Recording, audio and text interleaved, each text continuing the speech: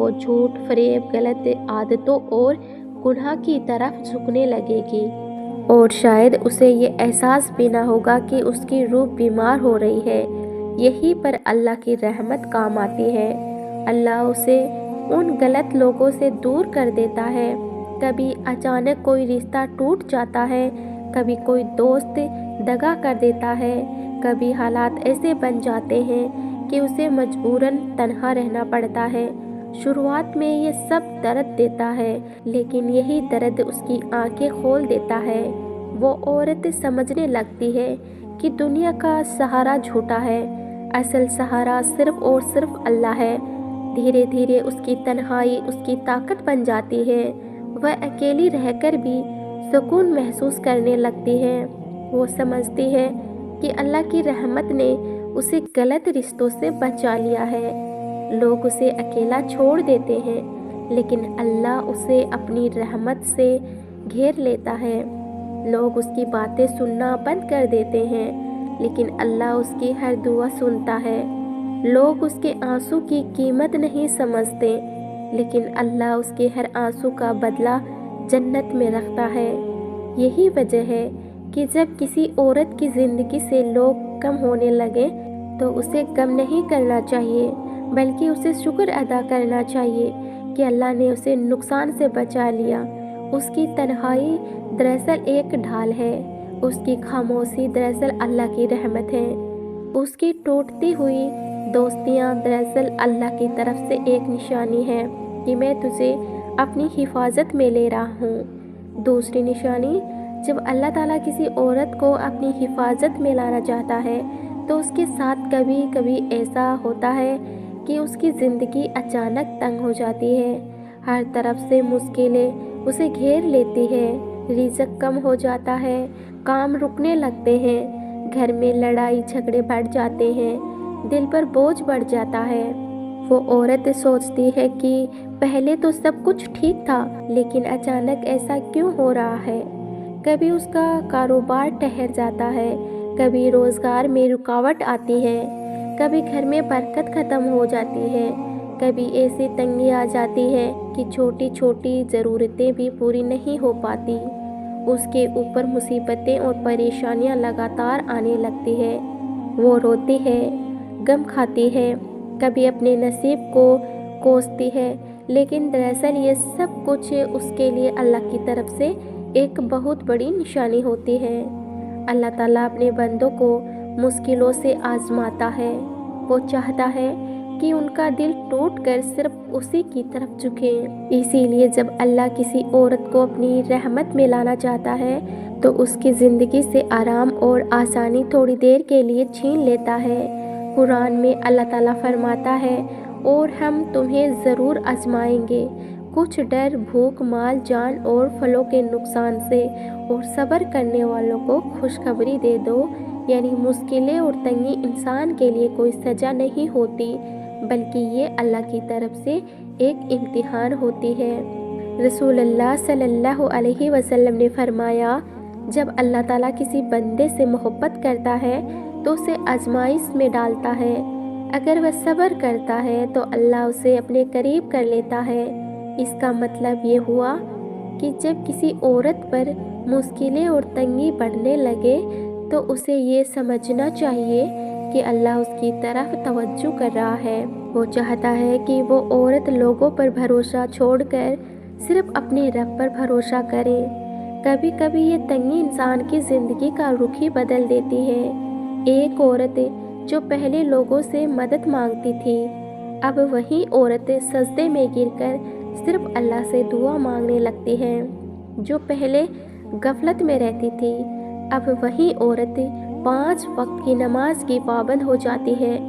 جو پہلے دنیا کی دوڑ میں لگی رہتی تھی، اب وہی عورت آخرت کی فکر کرنے لگتی ہے۔ مشکلیں اور تنگی دراصل اس عورت کے دل کو صاف کر دیتی ہے، جیسے سونا آگ میں تپ کر خالص ہو جاتا ہے، ویسے ہی مومن عورت مشکلوں سے گزر کر اور مضبوط ہو جاتی ہے۔ اللہ تعالیٰ چاہتا ہے کہ اس کی محبت صرف اسی کے لیے ہو، اسی لیے وہ کبھی کبھی اس کے ہاتھ سے دنیا کی دولت چھین لیتا ہے تاکہ اس کا دل آخرت کی دولت کی طرف لگے۔ رسول اللہ صلی اللہ علیہ وسلم نے فرمایا، دنیا مومن کے لیے قید خانہ ہے اور کافر کے لیے جنت ہے۔ یعنی اگر مومن کو دنیا میں تنگی اور مشکل مل رہی ہے تو اسے غم نہیں کرنا چاہیے۔ وہ عورت جب اللہ کی راہ پر چلتی ہے تو اسے بولنے کی ضرورت نہیں ہوتی، اس کا نور خود گواہی دیتا ہے کہ یہ عورت اللہ کی رحمت کے سائے میں ہے۔ ان کی نفرت اس عورت کی ترقی کا ذریعہ بن جاتی ہے، ان کی کوششیں اس کی پہچان کو اور مضبوط کر دیتی ہے۔ قرآن میں اللہ تعالیٰ فرماتا ہے، اور تم کمزور مت پڑو اور غم مت کرو، اگر تم مومن ہو تو تم ہی غالب رہو۔ یعنی اگر وہ عورت ایمان پر قائم ہے تو دشمن کچھ بھی کر لے وہ کبھی غالب نہیں آ سکتے، کیونکہ اللہ ان لوگوں کو پسند کرتا ہے جو اس پر بھروسہ رکھتے ہیں۔ اسی لیے وہ عورت بے خوف چلتی ہے، اسے معلوم ہے کہ اللہ کی محبت اور رحمت اس کے چاروں طرف ہے۔ اس کے دشمن چاہے کتنے بھی کوشش کریں وہ کبھی اس کی تقدیر کو نہیں بدل سکتے، کیونکہ اس کی تقدیر کا مالک اللہ ہے۔ چوتھی نشانی، اللہ کی حفاظت میں رہنے والی عورت کی سب سے بڑی پہچان یہ ہوتی ہے کہ اس کا سجدہ صرف اللہ کے لیے ہوتا ہے۔ وہ اپنے سر کو کسی طاقتور، کسی حکومت، کسی رشتے یا کسی ڈر کے آگے نہیں جھکاتی۔ اس کے سجدے کی جگہ صرف ایک ہے، اللہ کا ڈر۔ دنیا بار بار اسے آزماتی ہے، لوگ چاہتے ہیں کہ وہ ان کی شرطوں پر جھکیں، ان کے سامنے اپنا سر جھکا دیں۔ کبھی محبت کا لالچ، کبھی تنہائی کا ڈر، کبھی دولت اور شہرت کی چمک اس کے سامنے رکھی جاتی ہے، لیکن وہ عورت جانتی ہے کہ اصلی عزت اور ذلت صرف اللہ کے ہاتھ میں ہے۔ اسی لیے وہ صاف کہہ دیتی ہے، میرا مالک صرف اللہ ہے، میں کسی انسان کی غلامی نہیں کرتی۔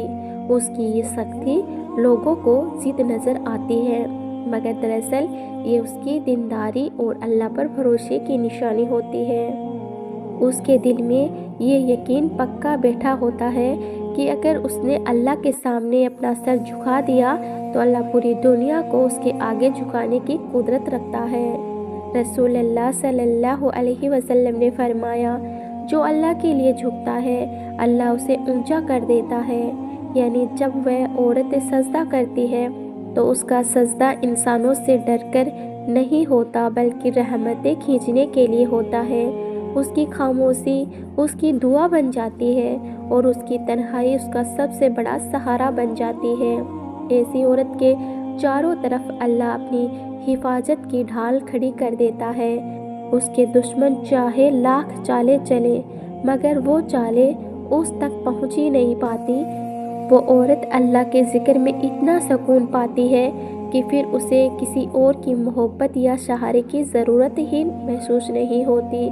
جب کوئی عورت اللہ کے سامنے جھکنا سیکھ لیتی ہے تو اس کی زندگی سے ہر ڈر مٹ جاتا ہے۔ پھر وہ کسی انسان کی، کسی حالات، کسی طاقتور شخص یا کسی لالچ کے سامنے کبھی جھکتی نہیں۔ اس کا دل صرف اپنے رب کے آگے جھکتا ہے اور وہی جھکنا اس کی سب سے بڑی آزادی بن جاتا ہے، کیونکہ اصلی غلامی انسانوں کی نہیں بلکہ اللہ کی ہے، اور جو اس کی غلامی میں آ گیا وہ ہر غلامی سے آزاد ہو گیا۔ پانچویں نشانی، اللہ کی حفاظت میں رہنے والی عورت کی سب سے بڑی طاقت اس کی دعا ہوتی ہے۔ اس کی زبان سے نکلا ہوا ہر لفظ، ہر آہ، ہر پکار آسمان کے پردوں کو چیرتا ہوا سیدھے اس کے رب کے دربار تک پہنچتا ہے۔ وہ کبھی اکیلے نہیں ہوتی کیونکہ اس کا مالک ہمیشہ اس کے ساتھ ہوتا ہے۔ جب وہ اپنے رب کو پکارتی ہے تو اس کے آنسو گواہ بنتے ہیں، اس کا کانپتا ہوا دل گواہ بنتا ہے، اس کی تنہائی گواہ بنتی ہے اور اس کی تکلیفیں گواہی دیتی ہے کہ یہ عورت اپنے رب سے سچا رشتہ رکھتی ہے، اور اللہ جو سب سے بڑھ کر سننے والا ہے وہ کبھی اپنے بندے کی پکار کو انسنا نہیں کرتا۔ کبھی اس کی دعا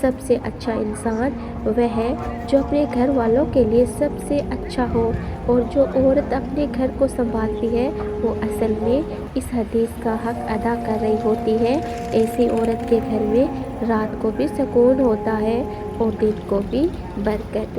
اس کے گھر سے کبھی بے ادبی کی آوازیں نہیں آتی، بلکہ وہاں سے ہمیشہ محبت اور رحمت کی خوشبو آتی ہے۔ 8ویں نشانی، اللہ کی حفاظت میں رہنے والی عورت کی ایک بڑی پہچان یہ ہوتی ہے کہ وہ ہر حال میں اپنے رب کی تقدیر پر راضی رہتی ہے۔ اس کی زندگی میں آسانی ہو یا مشکل، خوشیاں ہو یا غم، دولت ہو یا تنگ دستی، اس کے دل سے ہمیشہ یہی لفظ نکلتے ہیں، الحمدللہ، یہ بھی میرے رب کی طرف سے ہے۔ جب حالات اچھے ہوتے ہیں تو وہ بھولی نہیں پھرتی، بلکہ شکر ادا کرتی ہے اور دوسروں کے ساتھ اپنی نعمتیں بانٹ دیتی ہے، اور جب حالات کٹھن ہو جاتے ہیں تو وہ ٹوٹتی نہیں، بلکہ سجدے میں گر کر کہتی ہے، یا اللہ، تو میرے صبر کو اور مضبوط کر۔ وہ شکایتیں نہیں کرتی بلکہ صبر کرتی ہے۔ رسول اللہ صلی اللہ علیہ وسلم نے فرمایا، معاملہ مومن کا کتنا عجیب ہے، اس کے ہر حال میں بھلائی بھلائی ہے۔ اگر اسے خوشی ملتی ہے تو وہ شکر کرتا ہے، اور اگر اسے تکلیف ملتی ہے تو وہ صبر کرتا ہے، اور دونوں ہی حالات اس کے لیے بھلائی ہے۔ یہ حدیث اس عورت پر بالکل لاگو ہوتی ہے جو اللہ کی حفاظت میں ہے۔ لوگ اکثر سوچتے ہیں کہ وہ عورت کمزور ہے کیونکہ وہ حالات کو بنا شکایت کے جھیل رہی ہے، مگر حقیقت یہ ہے کہ وہی عورت سب سے مضبوط ہے، کیونکہ کمزوری وہ ہے جو حالات سے ہار جائے، اور طاقت وہ ہے جو حالات میں بھی اپنے رب پر بھروسہ بنائے رکھے۔